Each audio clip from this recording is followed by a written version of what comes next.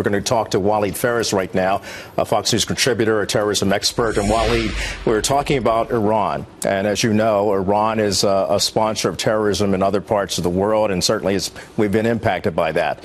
But on this given day, when you look at how everything has been taking place since the much criticized the nuclear deal with Iran, and the president at that time and the Secretary of State John Kerry at that time also stating that this was a way of opening the window of being able to have dialogue with the Iranians. And of course, the Iranians stand to gain $100 billion and then some once those sanctions are finally gone.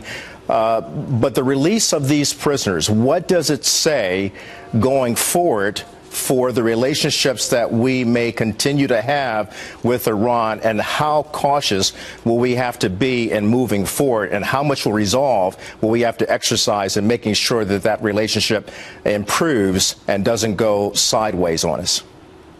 Kelly, anytime, and as you know, we discussed that before, you have hostages released, soldiers going back home after being detained. Anytime that happens, we are happy for them, for the families. That has to do with them. But that is happening within a conflict, within a much wider confrontation. For these five to be, some of them at least, detained for half a decade, and there were many attempts to obtain that release, including through a prisoner swap. This is not a new idea. This has been there for a long time.